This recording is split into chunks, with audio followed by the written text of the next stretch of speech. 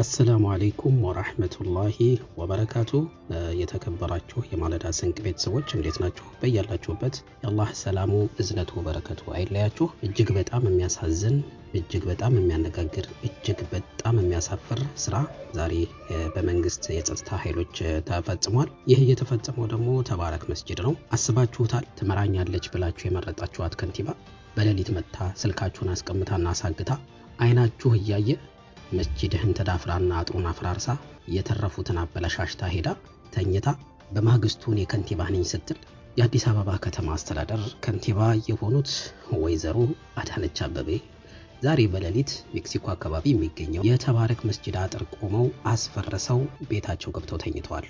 በቂርቆስ ክፍለ ከተማ ሜክሲኮ አካባቢ የሚገኘው ተባረክ መስጂድ ከ1967 ጀምሮ አገልግሎት እየሰጠ የሚገኝ መስጂድ ነበር። ይህ መስጂድ ለከተማው አስተዳደሩ የ20,000 ካሬ ሜትር ማስፋፊያ ተጠይቆበት የቆየ ነው።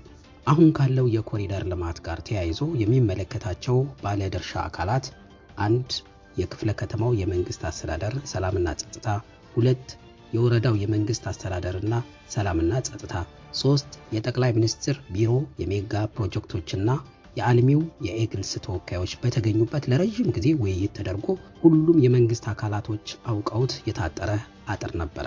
ይህ ሁሉ ሲደረግ በቅርብ ርቀት የፌዴራል ፖሊስ ዋና ቢሮ እዚያው ይገኛል። ከዚህ ባሻገር በጀርባ በኩል ካለው አጥር ጀርባ በርካታ የፖሊሶች መኖሪያ ቤቶች ጭምር ይገኛሉ። የተሰራው ስራ በቀን ሁሉም አውቆት የተከናወነ ነው። ይህ በእንዲህ እንዳለ የአዲስ አበባ መጅሊስም ከከተማው አስተዳደሩ ጋር ተነጋግሮ የማስፋፊያ ጥያቄውንና አስፈላጊው ነገር በውይይት ለመፍታት ከወይዘሮ አዳነች አበቤ ጋር ለመገናኘት ቀጠሮ ተይዞ ባለበት የተፈጸመ እኩይ ተግባር መሆኑ ያስገርማል።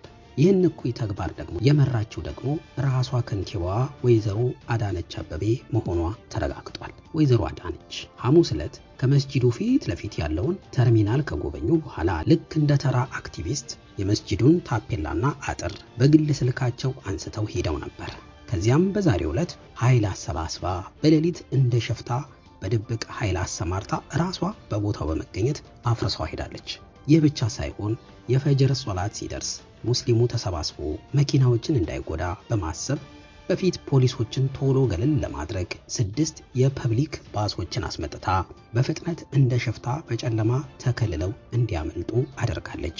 ከዚህም በላይ ስለነጋባቸው እንደነጋበት ጅብ ደንግጠው የቀረውን ያፈረሱትን ቆርቆሮ መስጂዱ ድጋሚ እንዳይጠቀምበት በዶዘር እንዲሄዱበት አዛ እኩይ ተግባሯን በጨለማ ፈጽማ ቤቷ ገብታ ተኝታለች። እጅግ በጣም የሚያሳፍር ይህንን መንግስት በትልቁ ጥያቄ ውስጥ የሚከት መጥፎ አድራጎትን ከወነው ነው የሄዱት። የህዝበ ሙስሊሙ መብት እስከመቼ ሲጣስ እስከመቼ ሲደፈር ይቆያል?